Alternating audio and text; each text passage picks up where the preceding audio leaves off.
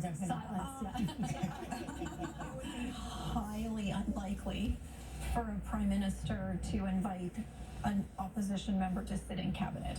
There might be ways to informally work together in Parliament, at committees. There's lots of work to be done at committees together. What this is showing is that, look, I mean, the Conservatives have won almost 30 seats. They've grown their base. They won more votes than since 1988. So their showing is good, but it's very frustrating to not form a majority. And the Liberals are coming back with a few more seats thanks to the collapse of the NDP and the Bloc. So I think everybody's got to come back a bit humbled and hopefully come back to Parliament, recognizing that these are the two parties that really need to work together if we want to do something on the economy and we want to deal with the issues of trade and tariffs.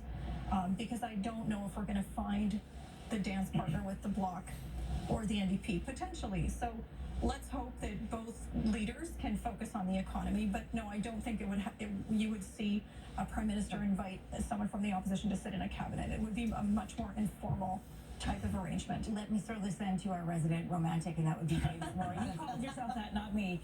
Is this an enemies to lovers situation, if we could put it in a... No, I mean, look, 4 months ago, Pierre Poilievre was going to win a big majority, and he didn't. Yeah. 3 weeks ago, Mark Carney was going to win a big majority, and he didn't.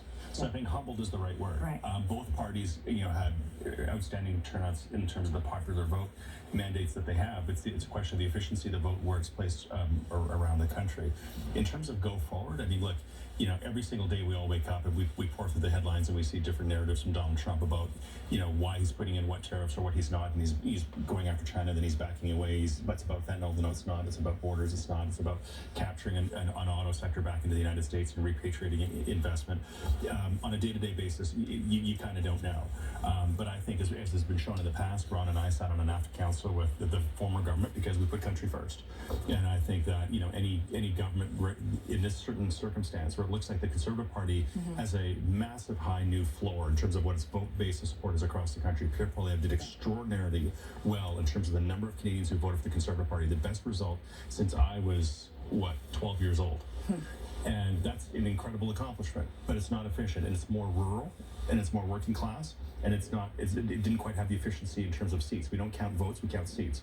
So there's work to be done there in the long term. But yeah, I mean, you have an absolute collapse in the New Democratic vote and a fall of the Bloc Québécois vote, and you see what you see in terms of the seat count. So yeah, I mean, look, there's lots to go through here in terms of the results and what it means in the long term. But specifically with Canada, U.S., I think Prime Minister Carney obviously has an obligation. He asked for a mandate to become Prime Minister to deal with the United States. And there are some really smart, thoughtful people out there who have experience with this administration from 16 to 20 and the current dynamic, who he can call upon in order to try to navigate us forward for the next couple of years. And I agree with that. But I also, I think the obligation is on Prime Minister Carney, but the obligation is also on the other members of the House of Commons who are not in government, because we are facing a national crisis. We are facing an existential threat to our economy, and so it's really important for all the members of the House of Commons to be united as often as they can. So Carney has to reach out,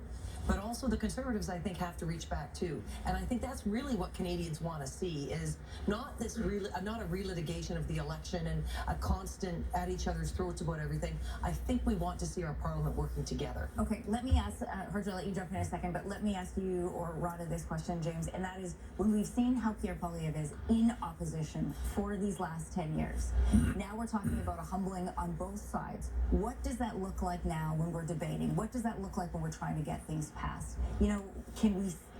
Is he able to do that kind of a pivot? Well, you mentioned that Mark Carney should reach out and Pierre should reach back, but also it has to go the other way. So we've got this split in the country. The issue of tariffs and Trump are important for a lot of people. The issue of affordability is important for a lot of people. So Mark Carney's platform was one of big spending and new taxes. So we also need him to work with Pierre on those issues in a new budget. So there has to be the tariff issue addressed, there has to be the national unity issue addressed, there has to be the resource economy issues addressed, there has to be taxation addressed. addressing the deficit. So all of these things fall out amongst this split that's almost feels like it's almost down the middle from a popular vote point of view. And both leaders are going to have to come together and work on these together. While those two leaders are trying to work together and to figure this piece out, what happens with the NDP? We have Jagmeet Singh, who's currently sitting in third place in his riding. Who and what does the NDP need to do next, Tom? Wiped out in Ontario, and people like Nikki Ashton losing their seats. This is a really tough day. Brian Massey in Windsor West. What does that say when someone Brian Massey's been there for 20 years. And I know of no one who's supported the auto sector more than Brian Massey. And yet we talked a lot about the GTA and the efficiency of the Liberal vote there, and that was proven tonight. But talk about a stealth operation. I mean, I don't think anybody saw the Conservatives running the table in southwestern Ontario the way they just did. So it was an extraordinary result on their part. And it reminds us that you can have the support of all of the union leaders, but that doesn't necessarily translate at all into the votes of the union members who were showing up in large numbers for Poilievre's rallies because he was talking their language. What did they see in Pierre Poilievre that they didn't see in their NDP representatives? I think that the NDP had become a little bit self-satisfied with the support of the union leaders, and for them that was going to be enough. It would translate into votes, but it doesn't.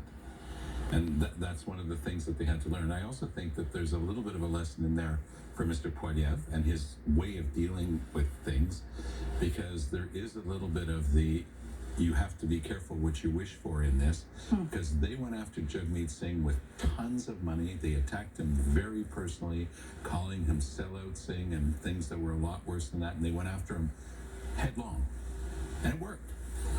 And a part of this result is that people who would have otherwise voted for the NDP went over to the Liberals and probably gave Mr. Carney that boost, that tiny boost, because the numbers up there, Jim said it earlier in the evening, I don't remember too many people, calling for that level of vote for the Conservatives in Atlantic Canada. I don't remember too many pollsters saying there was going to be a tie vote. I might be mistaken, but I don't think I saw that. Yeah. So, there's a little bit of a lesson in there for how the game is played. It plays into what Rana was saying before. Are we going to be able to get out of that constant attack mode? I'm not convinced. There are other partners. He can't become Carney could never become a former partner with the Bloc. That's toxic. Yeah. He's got 8 or so NDPers. He's got Elizabeth May.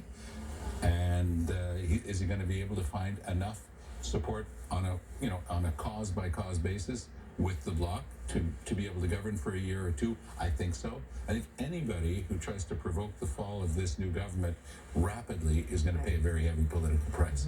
If we're going to take a closer look at the NDP and them rebuilding, what and who do they need to do that? Well, there are good people out there, and I know some of the names that have been thought of and courted. I'll give you one. I mean, the dream candidate for a lot of the people I know in the NDP would be somebody of the caliber of Valerie Plante, who has announced she's not running again as mayor of Montreal. Very progressive, fluently bilingual, deep experience in administration. That's somebody of that caliber. She's not in the game right now, but I mean, I don't even know if she'd be interested in going to the party. But people in the party look at her as the exemplar of the type of person they would love to be able to have as leader. Hardy, you wanted to jump in earlier. What did you want to say? No, I think one thing is very important. We have to look at the state of our politics and where we've gone. We've gone very negative. I'm actually quite being polite when I say negative. It's gotten really bad.